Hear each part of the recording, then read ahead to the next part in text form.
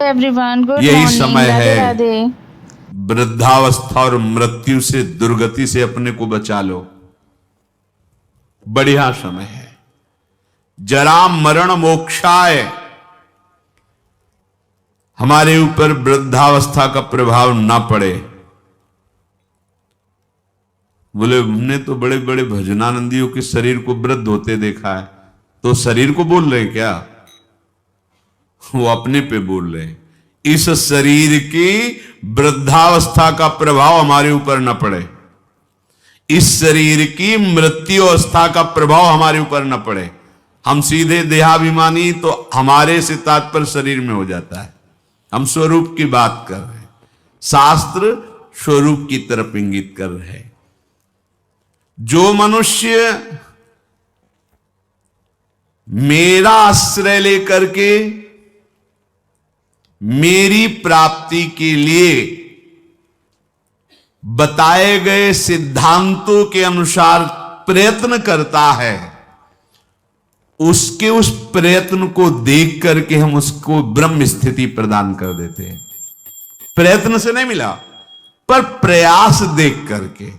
जैसे यशोदा मैया लाला जी को बांधना चाहती है, भागी बांधने के लिए।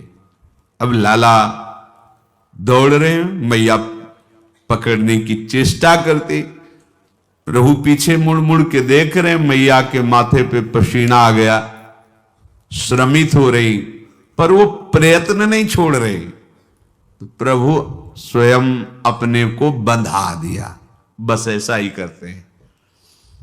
जब उपासक हार नहीं मानता, हर कष्ट सहता है, किसी प्रलोभन में रुकता भी नहीं है, प्रयत्नशील रहता है भगवत प्राप्ति के लिए, तो प्रभु उसके प्रयत्न को देखकर द्रवित हो जाते हैं और अपने आप को प्रकाशित कर देते हैं।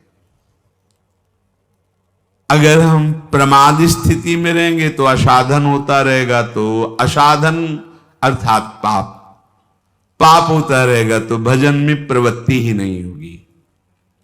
पाप रहित जीवन ही दृढ़ भजन के योग्य होता। बहुत सावधान रहना चाहिए, कोई भी असत क्रिया नहीं हो। बहुत बड़ा इनका दंड मिलता है, जीव जानते नहीं, अज्ञान की धरा में मनमानी आचरण करते रहते हैं।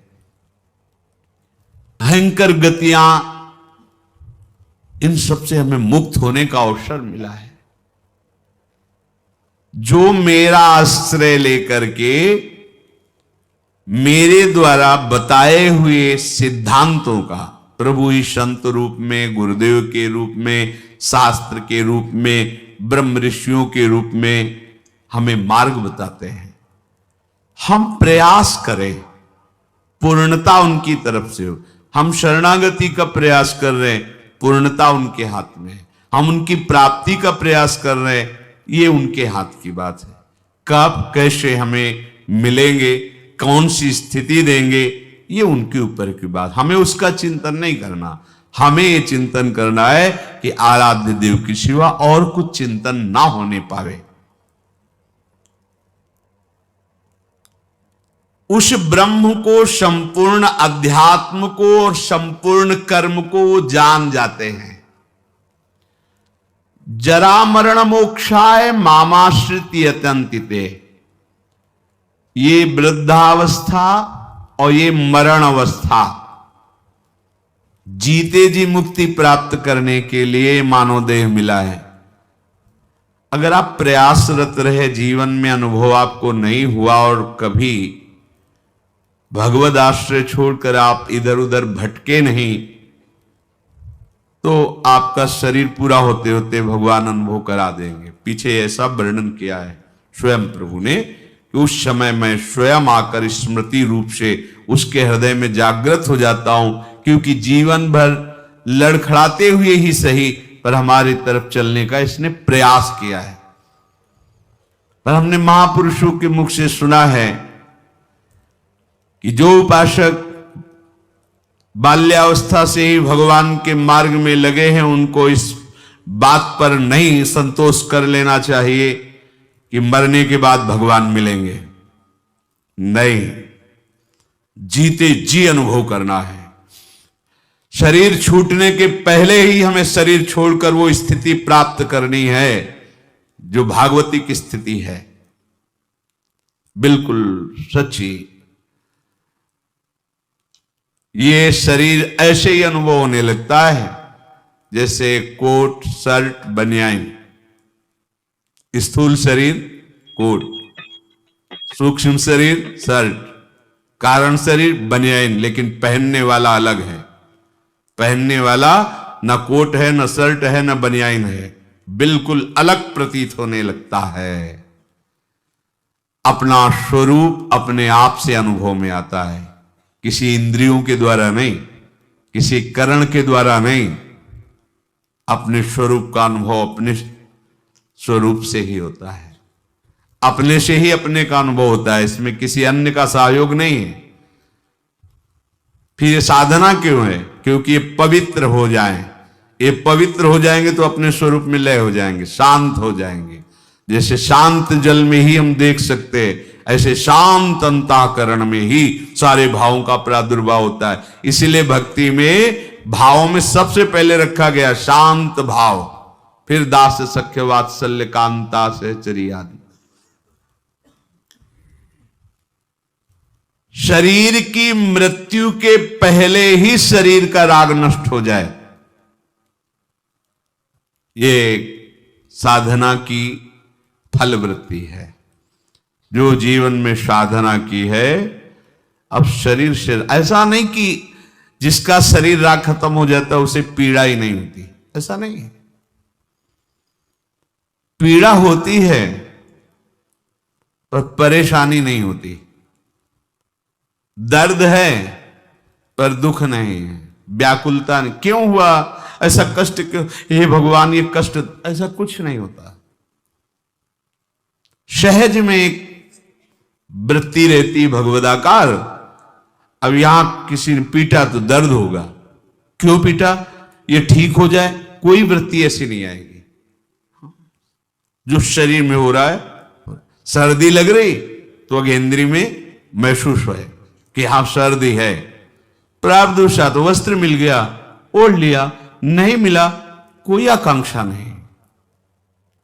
ये स्थिति है, केवल बुद्धि से तर्कना से नहीं इसे समझा जा सकता, वो स्थिति है।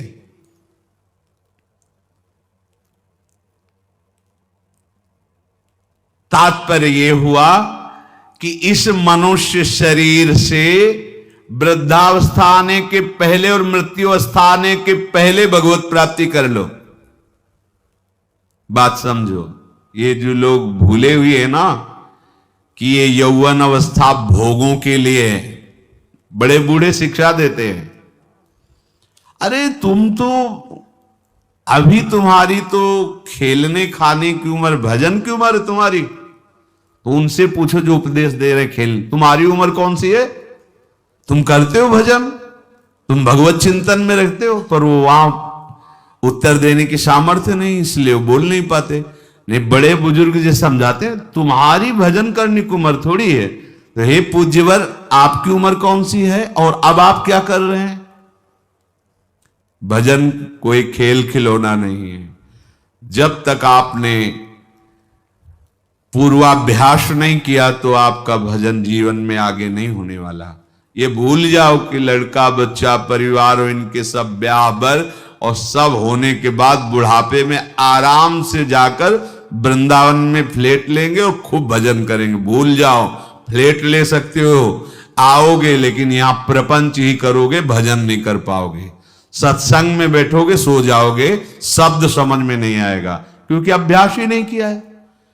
चार बूढ़े बैठ करके अपनी बहू और लड़का बच्चा की बातें करोगे, प्रिया प्रीतम की बातें कभी नहीं कर पाओगे। देख लेना, जीवन में देख लेना। यदि जीवन में तुमने भजन का अभ्यास नहीं किया तो वृद्धावस्था में भजन नहीं होगा।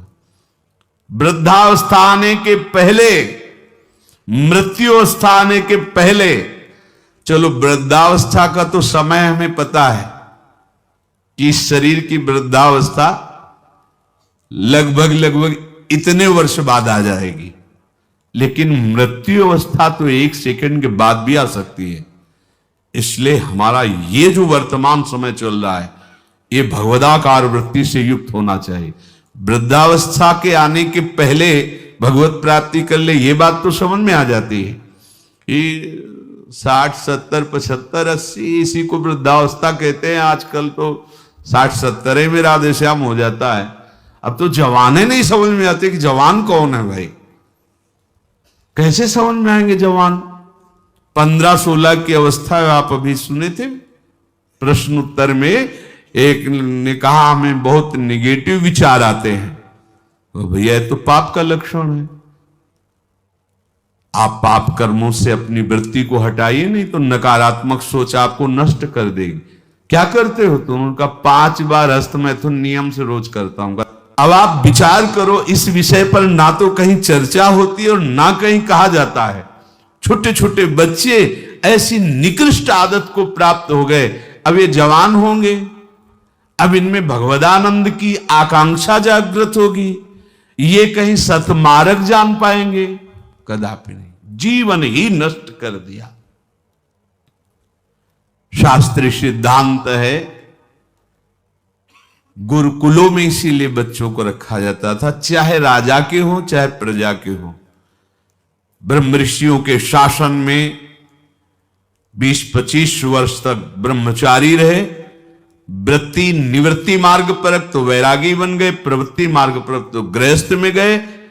कुछ समय तक गृहस्थ में रहने के बाद स्वतः पूर्वाभ्यास ब्रह्मचर्य का उनका जागृत हो जाता और वो चौथी अवस्था तक भगवत साक्षात्कार कर ही लेते, क्योंकि नींव बड़ी मजबूत थी। आप छोटे छोटे बच्चे स्मार्ट मोबाइल, आचरण, गंदे दृश्य देख देख करके गंदे कर लेना, कैसे उनके अंदर ये बात आएगी कि वृद्धावस्था पहले भगवत प्राप्ति कर लें? जरूरत ही नहीं भगवत प्राप्ति की, उनको आकांक्षा ही नहीं, जानते ही नहीं भगवत प्राप्ति क्या है, क्यों करना चाहिए। वो बस वो चाहते हैं, जो दृश्य देखते हैं वही करना चाहते हैं, जो सुनते हैं, जो बोलते हैं वही चिंतन होता। जीवन एकदम नरक बन जाता है। भगवत प्राप्ति की आकांक्षा उसके हृदय में होती है। ध्यान से सुनना। पर नारी पर पुरुष त्याग कर, सेवन करो शुद्ध गृह धर्म, निज पर धर्म नाश के साधन, करो कभी भी नहीं कुकर्म। यदि आपको इसी जन्म में उत्तम स्थिति को प्राप्त करना है, तो चाहे गृहस्थ हो चाहे विरक्त हो, कभी भी ये विरक्त आश्रम वाले को माताओं बहनों की तरफ कुदृष्टि से भी नहीं देखना चाहिए। कुदृष्टि भोग भावना। जननी सम जानहि पर नारी, धन पराय विस्ते विष भारी, जिन्हि राम तुम प्राण प्यारे, तिनके मन शुभ सदन तुम्हारे। मातृवत पवित्र भाव। आपने को तो श्री जी की सखिया है, जैसे ललिता, विशाखा, चंपक, चित्रा, तुम विद्या, रंग देवी, इंद्रलेखा और सखी सुदेवी, सकल यूथ हित सेवी। ऐसे ही चराचर की जितनी शरीर में भावना हम पवित्र कर पाएंगे, उतने दोष हमारा नष्ट हो जाएगा। ये जितनी स्त्री शरीरधारी, ये सब मेरी प्यारी जी की लाडली सहचरिया है। इनके चरणों में प्रणाम। बस जो चाहे आपन कल्याणा, सुजस सुमत सुगत शुभ नाना, सो परनार लीलार गोसाई, तजौ चौथ के चंद की नाई। विरक्त उपासक को माताओं बहनों से आंख मिलाकर कभी बात नहीं करनी चाहिए। उनके मुख की तरफ, उनके चरणों की तरफ देखो, चाहे बच्ची हो, चाहे यौवन अवस्था, चाहे वृद्धावस्था की हो। विरक्त साधक को कभी एकांत में माताओं बहनों से संभाषण नहीं करना चाहिए। बीच में किसी को डाल और दूसरा साधक हो खड़ा हो जाए, नहीं बाहर निकलो। बाहर अगर बात ही करनी तो मैदान में करो खड़े होकर के। और क्या बात करनी है? हम भगवत प्राप्ति के मार्ग में चले, हमें क्या बात करनी है? बहुत सावधान रहना चाहिए। गृहस्थ धर्म के उपासक को यदि ब्याह हो गया है तो अपनी पत्नी से वो भी धर्मानुकूल, पशुवत व्यवहार नहीं, और पर स्त्री की तरफ तो दृष्टि ही ना करे भोग वृत्ति की। अगर की तो सारे सुकृत नष्ट हो जाएंगे, चाहे वो स्त्री शरीर चाहे वो पुरुष शरीर हो। इसलिए पर नारी पर पुरुष त्याग कर। पर ये सत्संग जिनके कानों में नहीं पहुंचता है, शास्त्र स्वाध्याय नहीं करते हैं, वो इसे मनोरंजन समझने लगे, इसे धर्म नहीं समझते, वो इसे मनोरंजन समझ। क्या इसमें बिगड़ जाता है? जो शास्त्र हैं उनका स्वाध्याय कभी करते नहीं। अब उनको जो समय मिलता है तो नौटंकी नाटक सिनेमा देखते हो जिनमें यही सब की पुष्टता होती है, इसी की बाहुल्यता होती, वही दृश्य देखते हैं। ना तो कभी भगवत प्रेमी महात्माओं की चरण रज में बैठ करके सत्संग सुना, ना शास्त्र स्वाध्याय किया, तो मनमानी आचरण बढ़ते रहते। कैसे भगवत प्राप्ति की बात आएगी? कि जरा मरण मोक्षाय, अगर गृहस्थ धर्म में है तो शुद्ध कर्म करे, जो उसके शास्त्र अनुकूल वर्णन किए गए, वो भी सत्संग से ही पता चलेगा शुद्ध कर्म क्या है, अशुद्ध कर्म क्या है। जो दूसरे के धर्म का नाश करता है, कुकर्म करता है, वो कभी साधन मार्ग पर कैसे चलने की सोच सकता है? अगर कहीं उनके अंदर थोड़ी श्रद्धा भी बनती है तो भूत प्रेत की पूजा करता, करता जो तामस व्यवहार, अंडे मांस शराब उड़ाता, चोरी का करता व्यापार, रखता मन में वैर द्वेष मद, करता जो हिंसा व्यभिचार, होता घोर प्रेत वो, पाता असहनीय यातना अपार। जरा मरण मोक्षाय नहीं, वो प्रेत बनेगा। प्रेत योनि किसको प्राप्त होती है? तो बोले जो भूत प्रेतों की पूजा करते हैं, जो अंडा मांस शराब ये सब खाते पीते हैं, दूसरे के धन को जो चोरी करते हैं, मन में वैर द्वेष अहंकार रख करके जो हिंसा करते हैं, और पर स्त्री से जो व्यभिचार करते हैं, वो घोर प्रेत योनि को प्राप्त होता है। इसका प्रमाण धुंधकारी है, पढ़ के भागवत में देख लेना। प्रेत योनि को प्राप्त होता है। ऐसे प्रेत स्वभाव वाले कैसे जरा मरण मोक्षाय के मार्ग का अवलंबन लेंगे? इसलिए तामस वस्तु नशीली, जूठन से रखो परहेज विराग, माता पिता देवता गुरु का, गुरुजन का न करो अपमान, सुख पहुंचाओ सबको संतत, मन में रख श्रद्धा सम्मान। कोई भी नशा भगवत प्राप्ति के मार्ग में चलने वाले उपासक को नहीं करना चाहिए। बैठा लो। आजकल ये भी बहुत सूक्ष्मता से साधन मार्ग वालों को गिराने के लिए प्रवेश कर गया है कि थोड़ी सी भांग खा लो, बस भगवदानंद में डूब जाओगे, या एक दो चिलम फूंक लो, या अमुक अमुक अमुक। हम प्रणाम करते हैं, जो ऐसा करते हैं सिद्ध महापुरुष होंगे, उनको हम प्रणाम करते हैं, पर अपने कच्चे साधकों के लिए या भगवत प्राप्ति के लक्ष्य वालों के लिए हमें कहीं शास्त्र में आज तक नहीं लिखा, कहीं ऐसा नहीं मिला। कुछ लोग उदाहरण देते हैं कि भगवान शंकर भी भांग खाते हैं। भगवान शंकर भांग खाते नहीं, पीते हैं, हलाहल जहर पीते हैं। जगत की रक्षा के लिए समुद्र मंथन में निकला हुआ हलाहल जहर पिया। तुम एक धतूरे का फल खा के दिखाओ तो तुम्हें माने उनकी समानता कर सकते हो? जगत रक्षा के लिए भगवान, और यहां से नीचे उतरने नहीं दिया है। यही है नीलकंठ। तुम एक घूंट पानी आरोक के दिखाओ, एक बूंद पानी चला जाए, खोक खोक करते रहोगे। पूरा हलाल जहर समुद्र मंथन का यह आरोप लिया है, इसलिए नीलकंठ भगवान उनको कहा गया। कहते भगवान शंकर गांजा पीते, कभी देखा चिलम उड़ाते हुए भगवान शिव को? अरे भाई समझो, उस भगवान हैं, वो जगत मंगल के लिए सब किए हैं। वो कोई ऐसा नहीं कि थोड़ा भांग खा के कैलाश, भांग का नशा कितनी मिनट रहता है? बहुत 24 घंटे, 12 घंटे 24 घंटे। शंकर सहज स्वरूप समारा, लाग समाधि अखंड अपारा। 88,000 वर्ष तक की समाधि एक बार में, 88,000 वर्ष। 88 मिनट बैठ के बिना हिले दिखाओ हमें तुम। 88 मिनट बिना हिले डुले पद्मासन लगाओ और 88 मिनट बिना हिले डुले, शरीर कांप जाएगा। महापुरुषों के सत आचरण का तो अनुकरण नहीं करते, और उनकी जो महामहिम जगत रक्षा के लिए वृत्ति, उसको बोलते भगवान शंकर नशा करते। कोई भी तामस वस्तु, नशीली वस्तु अगर स्वीकार करेंगे तो शुद्ध भजन नहीं हो पाएगा। इसलिए जो कर रहे हैं वो सिद्ध है, हम प्रणाम करते हैं। हमारा निषेध करने का कोई बल ही नहीं है।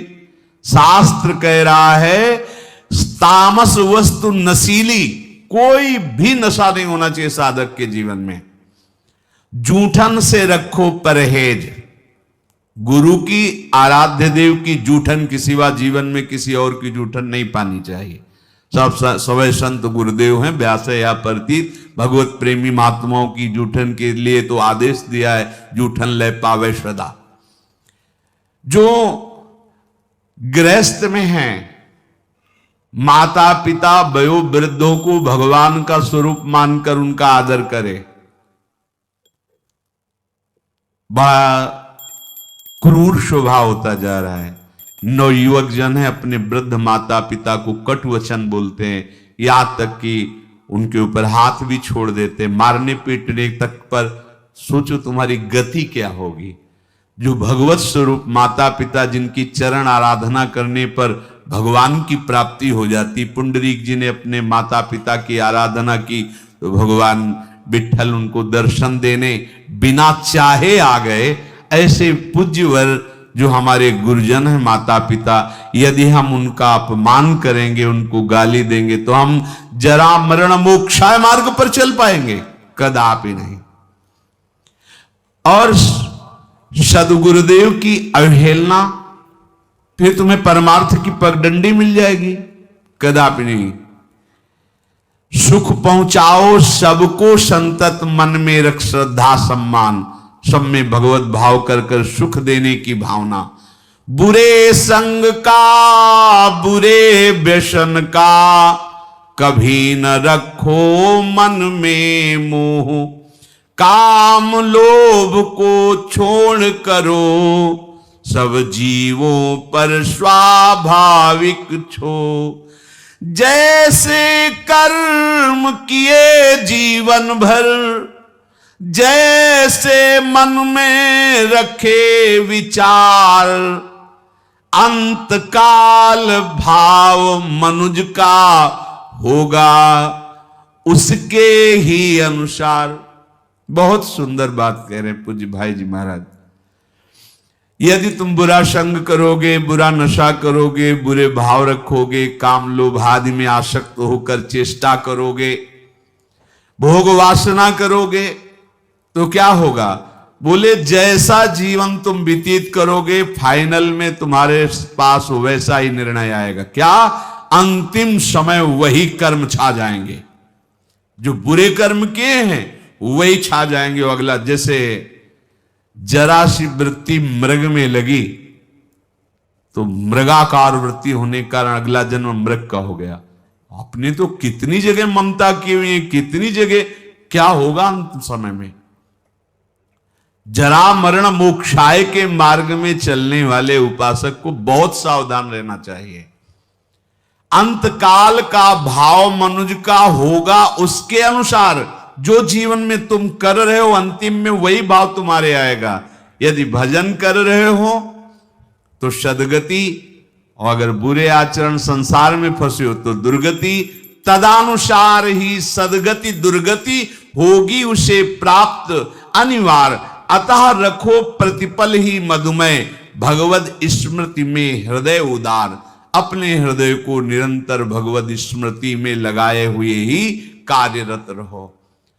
अगर आप इसको भगवद स्मृति को छोड़ते हैं कि आगे हम कर लेंगे, तो आगे नहीं होने वाला।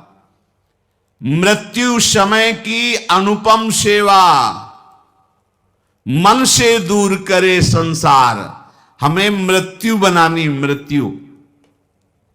मृत्यु को महोत्सव बनाना है। हमारा आखिरी समय होना चाहिए। तो बोले इसके लिए क्या करो? संसार का चिंतन छोड़ना होगा। संसार का चिंतन छोड़ोगे तो तुम्हारी मृत्यु महोत्सव हो जाएगी। और इस पर कोई सोच नहीं रहा।